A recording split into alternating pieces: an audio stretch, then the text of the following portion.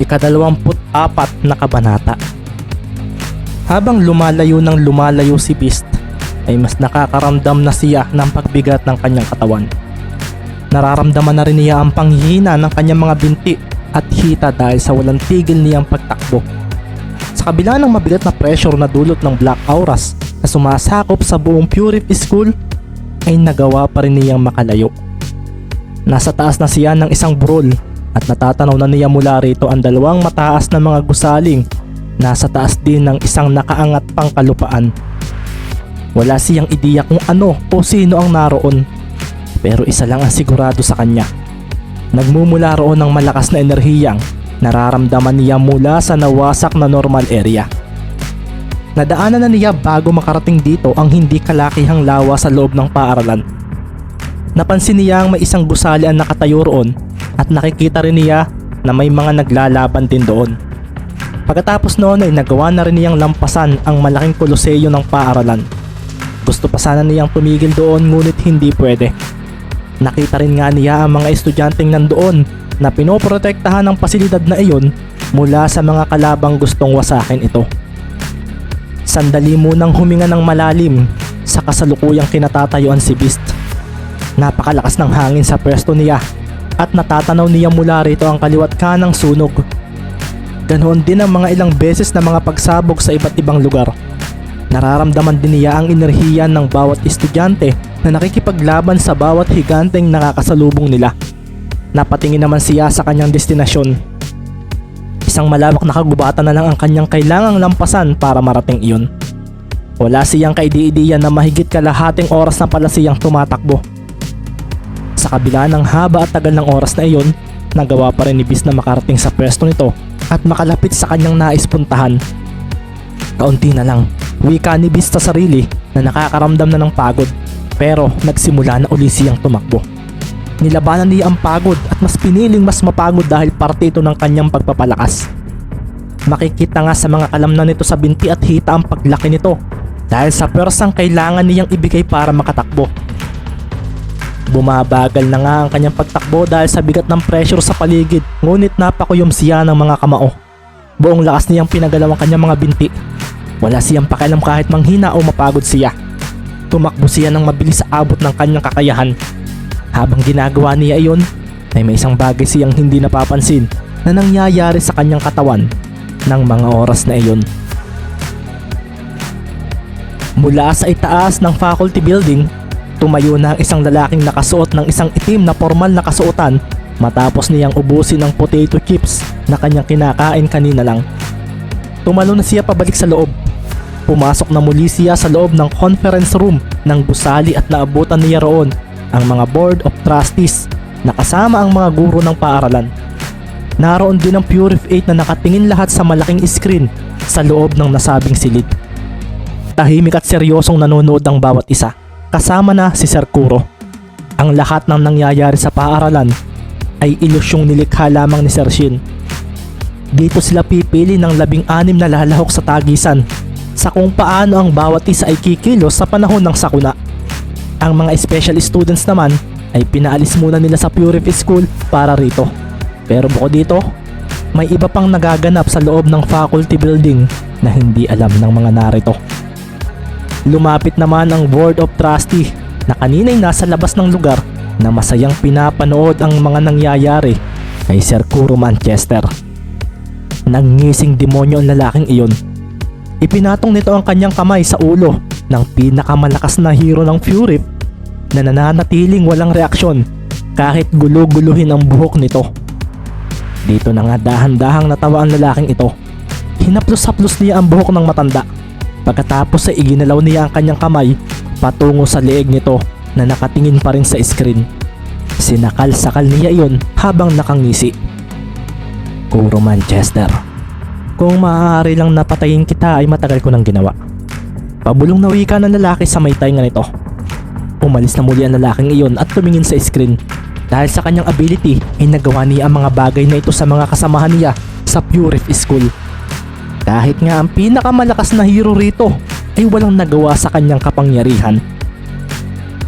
Pinagmasdan ng lalaki ang kanyang mga kamay at doon ay lumabas ang itim nitong aura na nakakonekta sa bawat isa sa loob. Ang iba naman ay papunta sa labas at nakakonekta sa bawat isang higanteng naroon. Kinokontrol niya ang lahat ng nadadaluyan ng itim na aura niya. Isa ito sa maraming abilidad na kaya niyang gawin sa kanyang kapangyarihan. Napatingin din sandali ang lalaki sa orasang nasa dingding ng silid sa may pinto. Nagnising demonyo na naman ito matapos iyon dahil mahigit 2 oras na ang lumipas matapos ang ilusyon na ginawa ni Shin. Malapit na ring matapos ang palugit nila para sa biglaang pagpiling ito sa mga lalaban sa tagisan. Magpapahangin muna uli ako sa labas. Wika ng lalaking naglakad na muli papalabas. Isinara niya ang pinto at iniwan ang mga kasamang nakatingin lamang sa malaking screen. Wala silang kamalay-malay na sila ay nasa ilalim na ng kapangyarihan ng isa sa kanilang mga kasamahan sa paaralan. Wala silang ideya na isang kalaban ang matagal na palang nakakasalamuhan nila sa loob ng Fury School. Bumalik na ang lalaki sa itaas ng faculty building. Tumayo ito sa bubong at doon ay bigla siyang nagpakawala ng napakalakas na black aura na umabot hanggang sa kaulapan. Malapit na. Malapit na naming simulan ang pagbangon ng aming lahi. Nang lahing inalis ninyo sa kasaysayan. Wika ng lalaki at tumingala pa ito sa kalangitan. Doon nga ay sunod-sunod na kidlat ang tumama sa palibot ng buong lugar.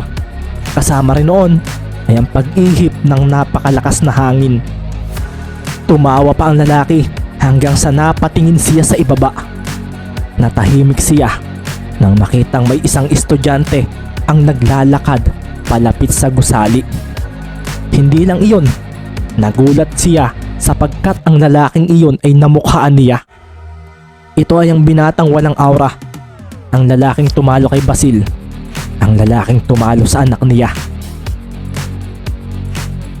Habang papalapit ng papalapit si Beast sa kanyang pupuntahan ay naramdaman niya na mas bumibilis pa ng higit sa normal ang kanyang pagtakbo. Hindi lang iyon, ang kaninang pagod na bumabalot sa kanyang katawan at ang panghihina sa kanyang mga binti at hita ay naglaho. Tila bumalik sa natural niyang lakas ang kanyang katawan. Kaya naman, habang nararamdaman niya ang lakas na iyon, ay mas itinodo na niya ang kanyang pagtakbo na nagdala kaagad sa kanya sa harapan ng gusaling gusto niyang puntahan. Hindi niya napansing nagawa niya iyon sa napakabilis na oras. Nasa harapan na nga si Beast ng gusali at huminto siya matapos iyon. Pinagmasdan muna niya ang paligid. Tumingin din siya sa itaas ng gusaling nasa kanyang harapan at nakita niya na may isang lalaking nakatayo roon. Nakita niya ang malakas na pagpapakawala ng black aura nito sa katawan. Inaninag niya ang mukha ng lalaki, ngunit nakasuot ito ng maskara. Isang nakakatakot na itsura ang makikita roon at may nakalagay ring 2 sungay dito. Wala siyang ideya sa kung sino iyon. Ang tanging nasa isip niya ay ito ang may kagagawan ng mga nangyayari sa Fury City. Isa pa, malakas ang kutob niyang hindi ito basta-basta at para sa kanya, isa itong demon. Isang masamang demon. Ikinuyom niya ang kanyang kamao at nararamdaman niya ang tila napakalakas niyang pakiramdam. Kagaya ito ng pakiramdam nang hinigop niya ang aura ni Luke noon. Napatingin pa siya sa kanyang palad, ngunit wala namang aura na bumabalot dito. Hindi niya alam kung ano ang nangyari basta bigla na lang siyang tumalon pa itaas. Nagulat na lang siya nang makarating siya sa pinakamataas na bahagi ng gusali. Marami siyang gustong malaman ngunit mas gusto na niyang matapos ang nangyayari sa paaralan. Nang sandali ring iyon, malinaw na niyang nakikita ang black aura ng nilalang na may maskara.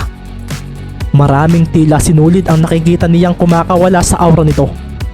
Ito ang mga nakita niyang nakakonekta sa bawat higanteng nakita niya. Sino ka? Tanong ni Beast nang maayos na nakalapag sa bubong ng gusali. Nasa harapan na niya ang lalaki at napansin niyang malaki ang pangangatawan nito. Nararamdaman din niya ang umaapaw nitong kapangyarihan ngunit sa kabila ng lakas na iyon ay hindi siya napaatras. Pagkus ay inihanda niya ang kanyang sarili. Gusto niyang makalaban ito at gusto niyang patigilan ang nangyayari sa paaralan na dulot ng lalaking ito. Umihip ang napakalakas na hangin sa paligid. Ang buhok ni Beast ay gumalaw dahil doon at napaalalay siya sa pagkakatayo upang hindi siya madala noon. Hindi naman nagsalita ang lalaking nakamaskara. Bagkus ay bigla itong naglaho nang makita ito ni Beast. Naramdaman na lang din niya ang pagtama ng napakalakas na suntok nito sa kanyang mukha. Kumawala ang napakalakas na hanging dulot noon at tumilapon siya pa ibaba matapos tamaan noon. Halos bumaon sa lupa ang katawan ng binata na umuusok ang mukha habang nakahiga. Nararamdaman ni Beast ang labis na sakit sa kanyang mukha. Hindi niya nakita ang ataking iyon dahil sa napakabilis ng mga nangyari. Pero nakabangon din agad siya, subalit nang nakatayo na siya ay bigla niyang nakita ang lalaking nakamaskara sa kanyang harapan. Nasa ere na ang paa nito at isang paibabang sipa ang ginawa nito papunta sa kanyang ulo. Ang malakas na hangin ay kumawala mula sa kinatatayuan ni Beast at ang kanyang mga paa ay lumubog sa lupa dahil sa lakas ng sipang sinalo niya gamit ang kanyang dalawang kamay. Malakas ang isang ito, sabi ni Beast sa sarili na mapapaupo na sa ginawang pagsalag sa paa ng kalaban. Napangiwi na siya sa lakas at nararamdaman niya ang pagdaloy ng itim na aura sa binti ng kanyang katapat. Kung hindi niya ito nasalag ay baka mabasag nito ang kanyang bungo. Ang nakamaskarang lalaki ay mabilis na umatras nang masalag ni Beast ang kanyang pababang sipa. Inayos agad nito ang pagkakalagay ng kanyang maskara na tila matatanggal na. Pagkatapos ay napatingin siya sa binata na nakahanda na kaagad para sa gagawin niyang atake. Hindi siya makapaniwala na buhay pa ito sa kabila ng malalakas na atake niya. Si Beast biglang pumorma sa anyo ng pakikipaglaban. Sa kabila ng pinsalang tinamo niya mula sa suntok sa kanyang mukha, hindi pa rin makikita sa binata ang takot o pag-aalinlangan sa mga mata nito. Nakauna ang isa niyang kamao habang nasa may dibdib ang kanyang kanan. Nakahakbang din ang isa niyang paa para sa buwelo kung sakaling aatake siya o didepensa laban sa malakas na nilalang na nasa kanyang harapan. Kailangan kitang matalo para matigil na ang nangyayari sa lugar na ito. Seryosong winika ni Beast habang nakatingin sa misteryosong kalaban. Naglakad na ang nakamaskara at biglang nabalot ng manipis na black aura ang katawan nito. Pagkatapos noon, biglang isang napakalakas na hangin ang kumawala mula rito. Si Beast ay mapapaatras na dahil sa lakas ng bugso noon, pero nilabanan niya iyon gamit ang kanyang pisikal na lakas. Umabante siya at pagkatapos ay sinubukang makalakad papalapit sa kalaban. Hindi ko alam kung ano ka, pero dapat yata kitang patahimikin, wika ng nakamaskarang lalaki, at sa paghakbang nito ay siya ring paglabas ng itim na bola ng enerhiya sa mga palad nito. Hinigop noon ang black aura na lumalabas sa sariling katawan at inikutan ng itim na bola ng kapangyarihang kanyang nilikha. Lumaki iyon ng lumaki hanggang sa halos maging kasing laki na ito ng kalahati ng gusaling nasa likuran nila. Napangisi na lang ang lalaki sa likod ng maskara nito at pagkatapos, isang malaking hakbang pauna ang kanyang ginawa. Kasabay noon ay ang pagtira niya sa enerhiyang itim na kanyang naipon patungo sa nakatayong si Beast sa hindi kalayuan mula sa kinatatayuan niya. Ang napakalakas na hangin ay mas lumakas dahil doon at ang buong kinatatayuan ng faculty building at ng katabi nitong dormitoryo ng Fury 8 ay niyanig ng napakalakas na lindol. Kasabay noon ay ang paglamon ng ataking iyon sa nakatayong si Beast.